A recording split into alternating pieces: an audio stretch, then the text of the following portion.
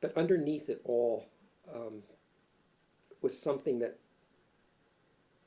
I can't say that I was having problems identifying with it. As I said, I knew what it was, but the world didn't want to hear about it.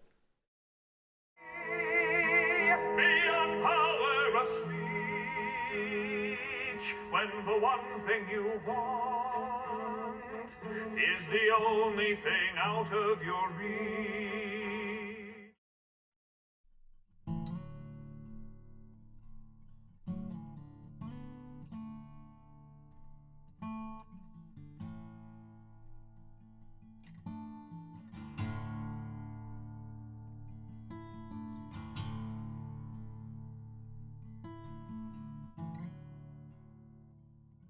I'm Wayne Miller, and I'm from Easton, Pennsylvania. I've lived here the greater part of my life, 14 years in Whitehall, but the rest of it here in Easton.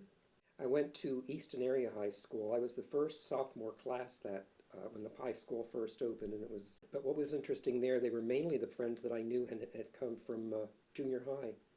There were very few new friends that I can say that I made as part of the circle because there were always cliques. There were always people that, and of course, I had some of my personal challenges I was dealing with.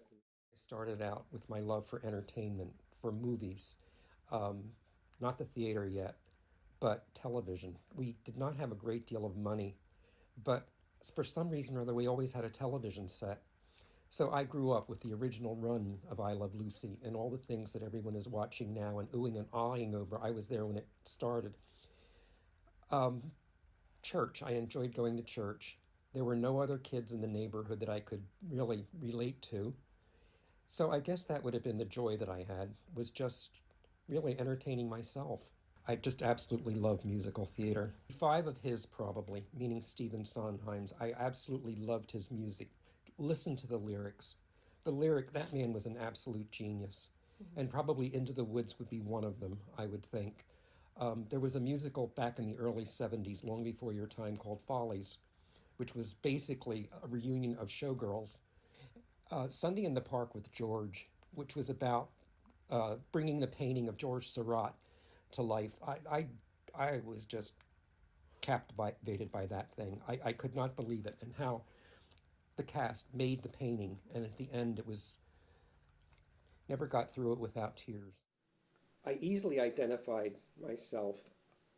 I knew who I was. I knew I was different. I was born in 1946, grew up in the 50s and 60s when it was absolutely not discussed. There were times back in that period of time that it was considered almost a mental illness, and you had to be treated for it, and you would be sent away to a camp or something. And my own mother, she passed away a year ago, March of 2020, and she was 94. I was 73 when she passed away, and the subject was never discussed. She knew, and I think I was a tremendous disappointment to her because I was supposed to be one of the college jocks that got married, that had a very prestigious job, that had children, that had a beautiful home in the suburbs, and then gave her grandchildren, and I did none of that. As far as a job, I did mortgage closings and mortgage applications. There was nothing glamorous about it at all. Um, I was still at war with myself, Ivy, because at that point in time, I really did not have a partner, didn't even come close to having a relationship. But it was a time, Ivy, that you didn't discuss it. I never tried to make myself look openly gay. I tried to blend in with the crowd. And then, of course, we had people that were out of the closet, so to speak. And I think largely about the riot in New York City in 1969 with the Stonewall. Having to lie, I feel, is the saddest and the ugliest part of being a homosexual. When you have your first bad love experience, for instance, and you can't go to your brother or your sister and say, I'm hurting.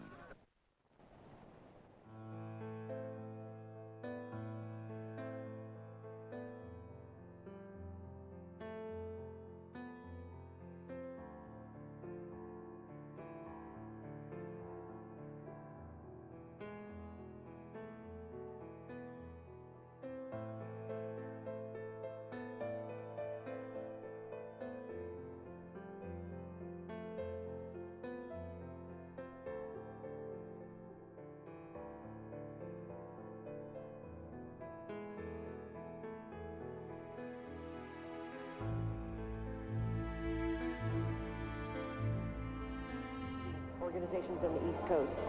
There are differences primarily of approach and of tactics. Certain groups, for example, tend to emphasize very militant confrontation tactics. Other groups will emphasize a more educational approach, going out into areas where there are what you might call people who...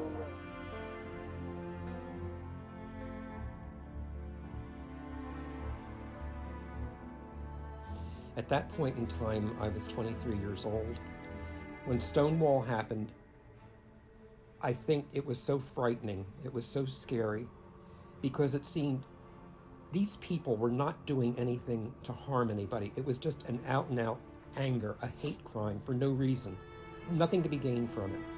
And when I saw what happened to them, and you were in this dark closet, I thought, there's no hope for me. It's not acceptable. I never had the conversation with my mother, who always knew, who always, I think, was ashamed of me because of that.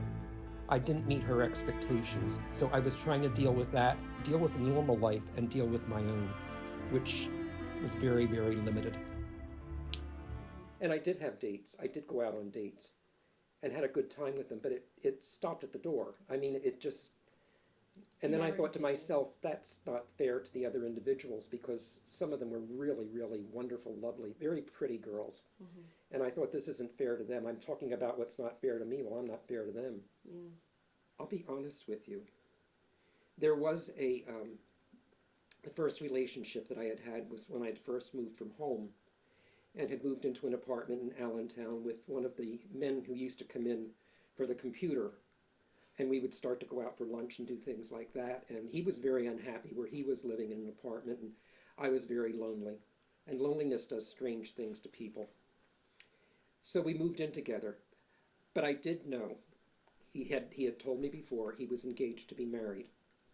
I did know that. She lived in Ohio. She was a nurse. He was here in Pennsylvania. He would go back every other weekend to visit, which I thought was a bizarre setup, but it wasn't up to me to understand. But as it turned out, in the very end, my feelings that I had developed for him were returned, but he couldn't bring himself to tell me. But that was 77, 78, and then I met Robert in 82. Okay. Met in a clothing store in downtown Easton. One Saturday afternoon in May. It was a beautiful day, and I had a gift certificate that I had to use that was expiring, so I went in. Bob lived in Whitehall at the time, and for reasons unknown, he was in the store at the same time.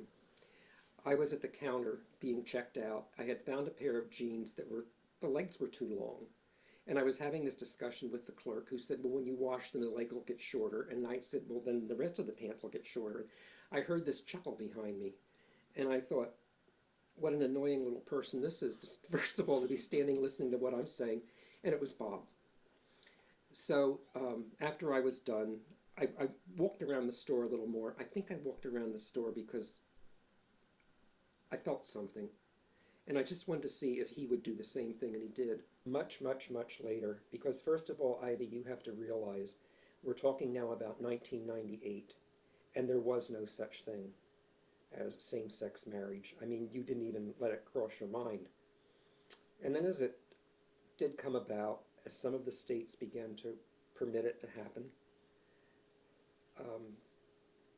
I still didn't think anything of it. And I proposed it to him. Do you think this would be a good idea? And of course he said no. And I thought, well, you know what, Robert, we'll drop it for now, but I'm going to work on this. And that's just what I did. Finally, it was actually almost a year ago to the date that you and I are having this conversation that we were married. And we were married 6 months, and he passed away. I think what I would want the world to know about him was the size of his heart. He was the kindest, sweetest, most gentle person. He could be very gruff on the outside, but underneath it all was a heart made of rice pudding. He would do anything for anybody. Is that we did overcome really difficult obstacles, whether it was family members, whether it was society's thoughts, whatever it was. You just overrode that because the feelings we had for each other for all those years, and that's long. Ivy, 4 decades is a long time. That's much older than you are. And just to say, wow, almost like thinking, look, they did it. And there's no reason why we did open doors. We were part of the people that opened doors for the LGBTQT community. And I'd like to think of us, as I said, as pioneers, that maybe we did things that the people today can walk down the street and keep their head up, and they have rights that they never ever imagined they would have. And it's people like Robert and people like our relationship that did it.